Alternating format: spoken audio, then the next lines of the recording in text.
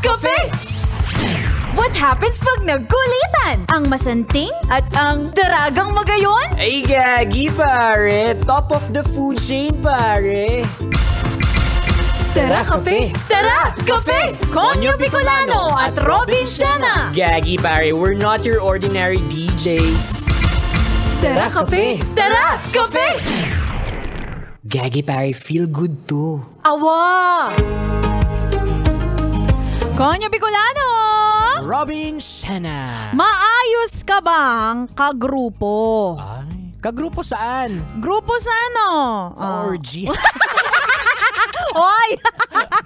Oo. Mga ano, organizations, ganyan. Ay, O kaya mga projects sa school. Feeling ko naman, so far walang complaint sa akin yung mga naging kagrupo ko way back nung elementary, college, high school and all. O baka hindi mo lang alam. Oo, siguro binabackstab nila ako. Oo. Yung kung nauso lang yung social media noon, Oo. baka napaskill na nila yung pangalan mo online. Oo nga, wag ninyong gagawing member to si Kulot kasi salot. Ay nako. Anyway, kabisyo, eto, ibibigay na namin sa iyo ang sunod na 2 uri ng kagrupo sa school. Tara, Kape! Tara, Kape! Ayan, punta tayo sa number 1. Pinot. Muna, ito ang mga bida-bida. Guys, ready na ba tayo sa report natin mamaya kay Mrs. Castro? Wala, kinakabahan nga ako bro. Feeling ko, di pa tayo ready. Pwede kayang ipa-reschedule natin yung yung report natin. Iba na lang yung mauna. Sabagay yung Anong ibang grupo ang mauuna? Kaya natin to. Para saan pa't pinag-aral tayo ng mga magulang natin, di ba? Tsaka, hello! Nasa rowan tayo. So expected ni Mrs. Castro na magagaling at matatalino at masasarap tayo. Jessa? Ay. Oh, wag na kayong mag-alala. Kayang-kaya natin yan. Daanin na lang natin sa confidence. Confidence. Jessa, sandali. Masyado kang pabida eh. Hindi ka naman namin kagrupo eh. Ay, wait lang. Hindi ba to yung group 2? Hindi. Jessa, yung group 2 na-dissolve na kasi lahat daw kayo dun pala absent. Dun ka magbida sa iba, dun ka. Ay. Ayan. Hindi to maiiwasan. Yung mga bida-bida bida-bida talaga and all, yung tipong hindi na nga nalalaman or nakalimutan na nga ni ma'am, ni teacher, Awa. na may presentation. Sila pa, ma'am, di ba may presentation ngayon? Di ba? Ito yung mga running for honors. Yan. Oo, at usually ito yung mga kulang sa aruga. Oo, yung gusto laging may pinapatunayan. Ayan, kasi kulang sa pagmamahal ng magulang. Kulang sa aruga. Pero di naman natin maiwasan tong mga to kasi tama naman, di ba, kaya ka pumasok sa school Legit. para gawin yung project, Tama. gawin yung assignment, at hindi magalit sa kaklase mong nagpapaalala sa Oo. teacher mo. Ay, naka, anyway, that's number 1 pa. Nang naman tayo sa last but not the least, number 2. Pandua. Pangadwa, ito ang mga ganda lang ang ambag. Guys. Hey. Jessa, buti dumating ka na. Kanina ka ba namin inintay? Oo nga, guys, dyan. Ngayon yung presentation natin kay Mrs. Castro.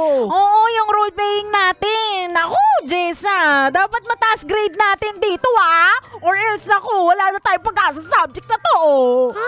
Ay, sorry na guys. Ang dami ko kasing ginawa, kaya hindi ako nakakapag-practice. Ano ba? Ano bang binagagagawa mo, Jessa? At di mo matutukan tong group presentation natin na to, Ang dami kong ginawa Ang dami kong nireview Ano? na product review. Tapos, ang dami kong mga sinwatch na lip tint. Tsaka syempre, nag-rejob ako.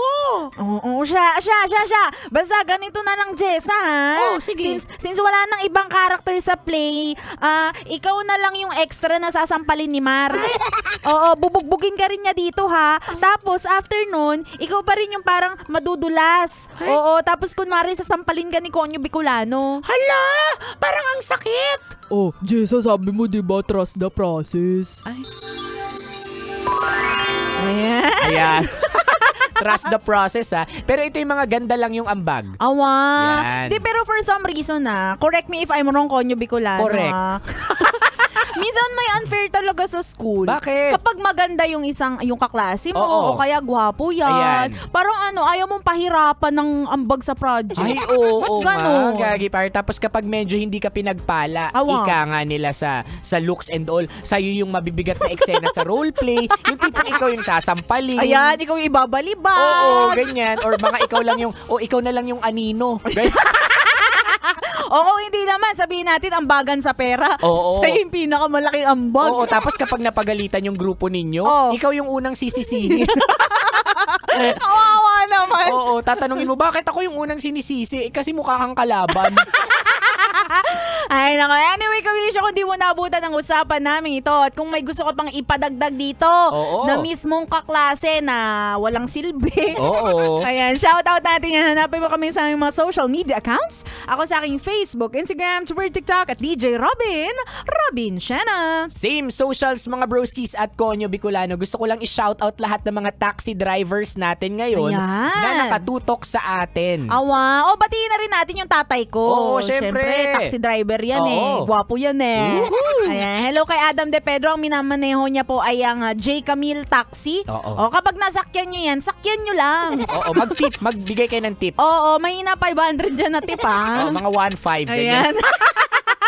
Siya, Kabisyo, mga kasama niyo pa kami hanggang mamayang 3:00 ng hapon para bigyan pa kayo ng mga science tips at skits Sa buhay-buhay. Muli, this is your pinakamagandang probinsyana, DJ Robin Siena. Your Ragong Broski like super legit and all Konyo Bicolano. Dito lang yan sa Tara Kape. Tara kape. Sa 90.7 Love Radio. Feel good. Ay, Gagi pare. Awa.